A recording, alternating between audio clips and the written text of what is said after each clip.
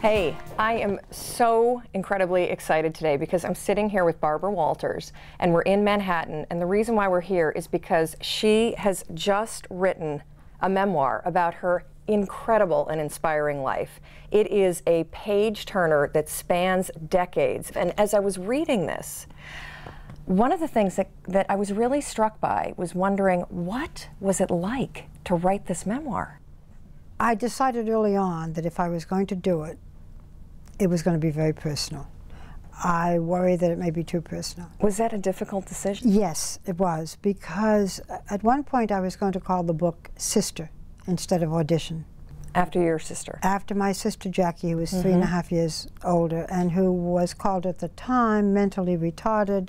I don't know, today she might have been autistic or developmentally disabled, I think is how they put it. And she had an enormous influence on my life. I loved her. Times I hated her. I think people who have siblings who have special problems may have the same kind of confusion in their mind. But I thought, in order to understand me, there's so much about me people don't know. They think I'm always in charge, and I'm very authoritative, and I thought they have to know about my sister. And my parents, I grew up in the world of show business. I mean, it was the most glamorous and yet difficult. My father owned the greatest nightclubs in America. He made fortunes, he lost fortunes. That was unbelievable to read about, the insane roller coasters it was a roller of the coaster. Financial situation, and how it all impacted you. We lived in penthouses one day, and the next day, it was totally, not quite the next day, it was totally different. So getting back to your sister, how did she impact you? It made for a difficult and a sad childhood, because she was so alone. I mean, even though she was with my parents and me, I felt terribly guilty and angry. I didn't have birthday parties because she didn't have birthday parties. She had to go to a special school. I didn't join the Girl Scouts because she couldn't join the Girl Scouts. People made fun of her. She stuttered.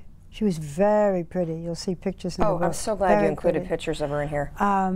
But I felt isolated. And we also moved a great deal, because every time my father opened another Latin Quarter, another nightclub, we moved from Boston to Florida, back to New York. So I had guilt, I had resentment, but I also had such compassion. How did that affect you as you were in your professional life? Understanding my sister and understanding my own guilt made me far more compassionate, far more empathetic.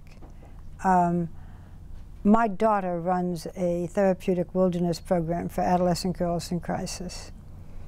And I know how tough it can be when you have a child who either is terribly rebellious, or in my sister's case has very severe problems.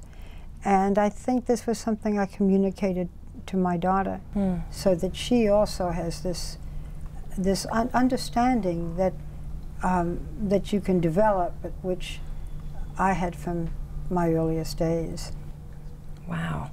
What about your father? I mean, one of the things that you talk about is that it doesn't take a rocket scientist or a PhD in psychology to see the connection between the wild swings of success and failure that your father had and your drive in your career.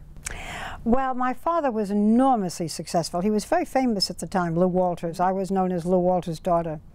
On the corner of 48th Street and Broadway, there's a sign that says Lou Walters Way. Mayor Bloomberg dedicated that street to my father, in my father's honor.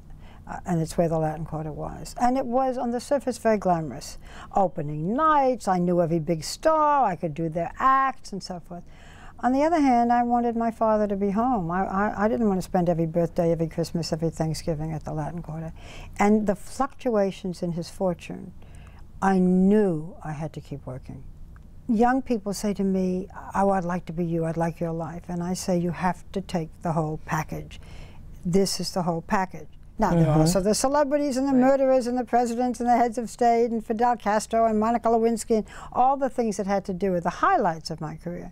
But the troubles of my career, the struggles at a time when women were not in some cases not even tolerated. Right. I thought that was something that especially women. I think it's hugely important. I mean, it's something that people, you know, women of my generation, we take it for granted.